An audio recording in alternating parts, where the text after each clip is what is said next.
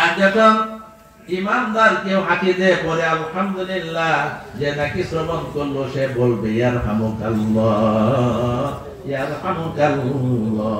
কি বলবে? ইয়ারহামুকাল্লাহ, আল্লাহ তাআলা তোমার উপরে রহমত নাযিল করুন। কি সুন্দর! আল্লাহকে ওরেও মাফ করে দিলাম, এরেও মাফ করে দিলাম। সুবহানাল্লাহ। হাঁকি দিতে তাকেও মাফ করে দিলাম, আর যে নাকি জবাব দিল তাকেও মাফ করে দিলাম।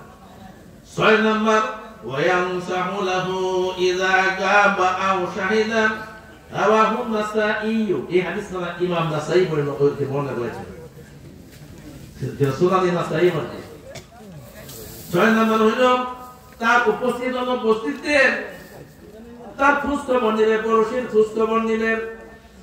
উপস্থিতিতে খোঁজ খবর নেওয়ার ব্যাখ্যা হইল যে সে শরীয়ত মাফিক করছে কিনা, তাকে সুন্দর ভাষা দিয়ে, সুন্দর আওয়াজ দিয়ে, সুন্দর কথা দিয়ে তাকে বুঝাইয়ে শোনাইয়ে নামাজ না পড়লে নামাজি বানানো, যাকাত না দিলে যাকাত ফরজ হয়ে থাকলে যাকাত প্রদানকারী বানানো, জিকির না করলে জিকির কামনেওয়ালা বানিয়ে দেওয়া, পিতামাতার অবাধ্য হলে পিতামাতার বাধ্যগত বানিয়ে দেওয়া।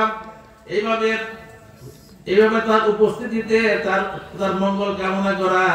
আর অনুপস্থিতিতে মঙ্গল কামনা করার অর্থ হলো যে সর্বদা তার কল্যাণ কামনা করা, তার যাতে কোনো ক্ষতি না হয়, তার যাতে কোনো দোষ ত্রুটি তার অগোচরে গিয়ে না বেরানো, তার যেন কোনো ক্ষতি না হয়, সেই জন্য চেষ্টা করা।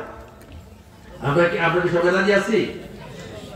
কোনদিন কারো অগোচরে অন্যের কর্তব্য বদনাম এইগুলা গিয়ে বেড়াবো না। সে উপস্থিত থাকুক অথবা অনুপস্থিত থাকুক। সেই জন্য যারা নাকি এই 6টা কাজ করে, এরা হলো প্রকৃত মুমিন। ধরে বলেন সুবহানাল্লাহ। এরা হলো প্রকৃত মুমিন, যারা ঈমান নিয়ে কবরে যাবে। হাজার হাজার নেককারদের রূহকে আল্লাহ তাআলা পাঠিয়ে দিবেন, যাও ওর রূহটা, ওর মৃত্যুর সাথে সাথে যে ওর রূহটাকে ওয়েলকাম করে ইলিনে নিয়ে আসো। ধরে কোন সুবহানাল্লাহ। ওরা সবাই আইসা বলবে, মুনতাজির গোশতায় নাশতাম সোয়েতো, মুনতাজির গোশতায় নাশতাম সোয়েতো, আমোদে বারে নামায়াম রুয়েতু। তুমি আসবে বলে প্রতীক্ষায় ছিলাম, তোমায় দেখে নয়ন জোড়ালাম। ধরে কোন সুবহানাল্লাহ। নেককারদের রূহগুলো বলবে, তুমি আসবে সেই জন্য আমরা প্রতীক্ষায় ছিলাম। হাজার হাজার নেককারদের রূহগুলো ওয়েলকাম জানানোর জন্য চলে আসে।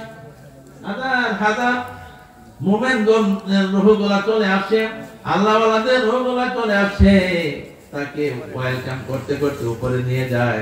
আনন্দ ঘনঘটা মুহূর্তে একজন মুমিন আর একজন মুমিনের সঙ্গে দেখা হয়। কত আনন্দ, কত খুশি, কত কিছু তাদের মধ্যে হয়ে যায়।